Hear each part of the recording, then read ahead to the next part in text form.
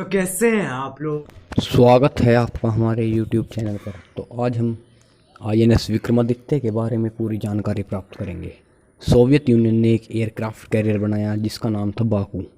Baku ने 1987 में प्रवेश किया और 1991 में इसका नाम बदलकर एडमिरल गोर्स्कोव कर दिया गया, लेकिन इसे 1996 में निष्क्रिय कर दिया गया क्योंकि शीत युद्ध के दौरान रूस कई हिस्सों में टूट चुका था और उसकी अर्थव्यवस्था भी डूब गई थी और बजट पर काम करना बहुत महंगा था।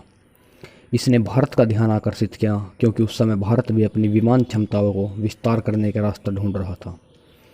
कई वर्षों की बातचीत के बाद 20 जनवरी 2004 को रूस और भारत ने जहाज़ की बिक्री के लिए एक समझौते पर हस्ताक्षर किए। समझौते में यह था कि जहाज़ तो मुफ्त होगा, लेकिन भारत को जहाज़ की मरम्मत के लिए $800 मिलियन और हथियार प्रणाली के लिए $1 बिलियन का भुगतान करना होगा।